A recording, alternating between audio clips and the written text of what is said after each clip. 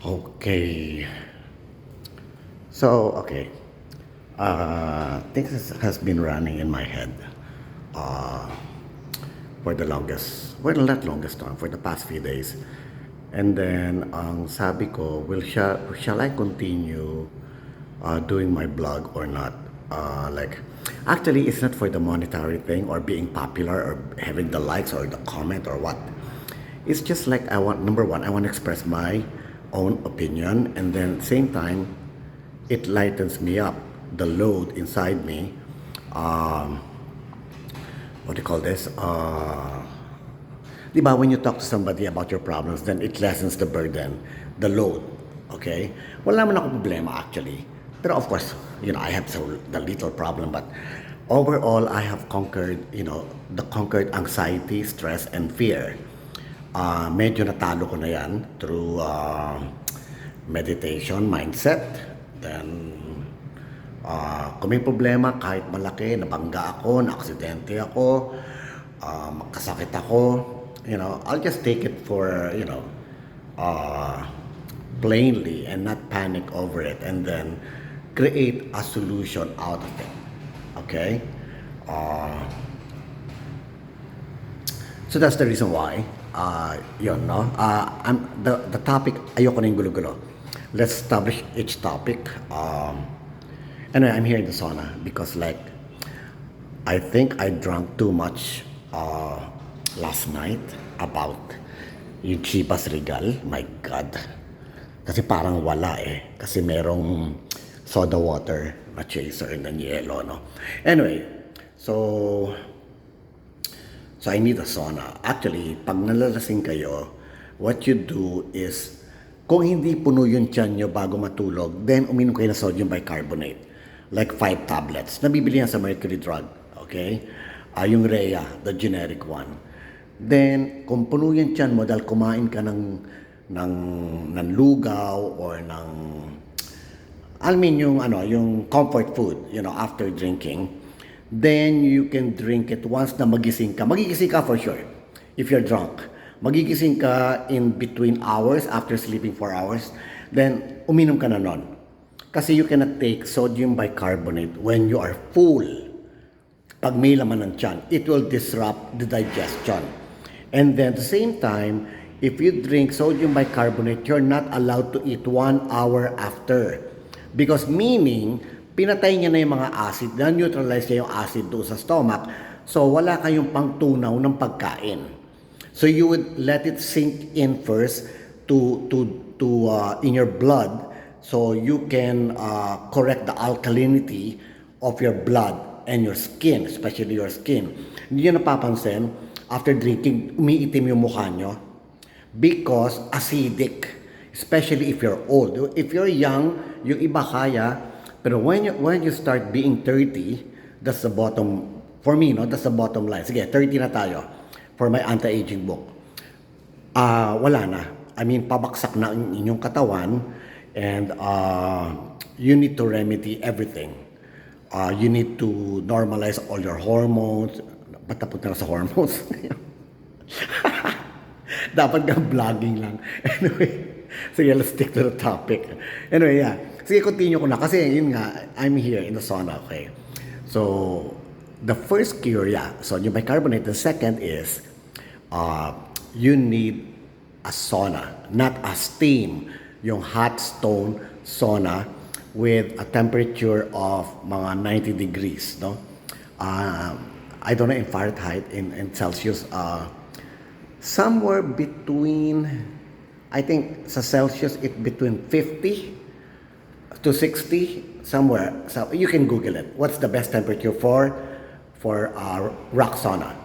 Okay, so you need to sweat. The main thing you go to the sauna is to let it sweat. If you don't sweat, it's useless. You have to wait and let your endocrine system flush out the water from your blood going out of your skin. In that way, it flushes the toxins out of your body. Okay, but after that, of course, you need to drink lemonade, calamansi juice without sugar, or apple cider vinegar, 5 spoonful in one pitcher para hindi kayo maasiman. Sige, maingay na yun. Anyway, so yun. So, I think, you know what, I don't care if nobody views my blog. But at least I'm there. I mean, minsan may nakikinig eh. May nakikinig at nagtatanong sa akin na, Miko, how do you do that? How do you do this? Where can I buy this? Where can I buy that? Siguro naman hindi naman instant. Oh, bigla I became a popular being, you know, with anti-aging or being philosophical or being political analyst or, you know, in terms of real estate. Buwis na jeep yan. Anyway, may dumadaan kasing jeep dyan eh.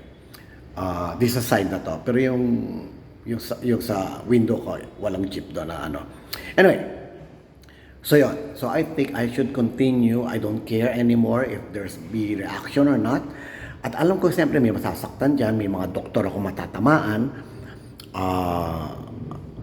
Alam ko marami akong friends dito na doctor and nurses, especially nurses who are, you know, practitioners. But you know what, may kanya-kanya tayong opinion, no?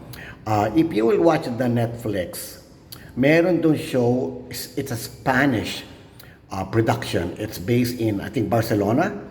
It's about Breathless, yes.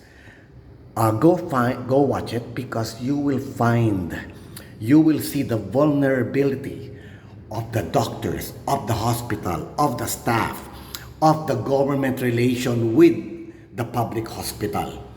Okay? Sorry, yung hospital. Kasi kung English, hospital.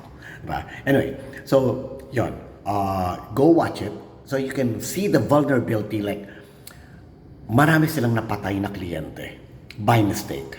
Because they are not perfect. You know, when you go to a doctor, when you go to a hospital, they are only 60 to 70% accurate. So there's a big allowance of 30% na magkakamali sila and they don't know what they're doing. Because they're always doing their job, they don't go into research anymore. The doctors bugbog yan. So wala na siyang time to watch the YouTube. Ganito pala, bawal pala tong supplement na to. Bawal pala tong medication na to sa high blood. May side effect pala to. So they don't have time for that. But I think, for me, the doctors should be upgraded. They need, katulad sa, di ba, license broker, we need a refresher course every year. I think the doctor should also be involved in it. The new items, the new research, data research, clinical research, you know, new findings. So they have to upgrade to that one. Wala bugbog sila. Nagkatrabaho sila, yun ang pag-aralan nila 20 years ago pa. Di ba? Yung 20 years ago, wala pang internet to. So yung libro nila na-publish 10 years ago. So, pumapatak yung knowledge nila 30 years ago. Hindi sila nakapag-upgrade. Okay? So that's one thing. Watch Breathless in Netflix. You'll see the vulnerability of the doctors, nurses, the hospital, the staff, the president, and the relations with the government. Kasi it tackles also the political system wherein nakalaban ng presidente yung government hospital kasi nagkaroon ng breast cancer yung female president in that film. Okay? So there are lapses in the scenes, but it's okay. The main point here is to see the vulnerability of the medical profession. That's it.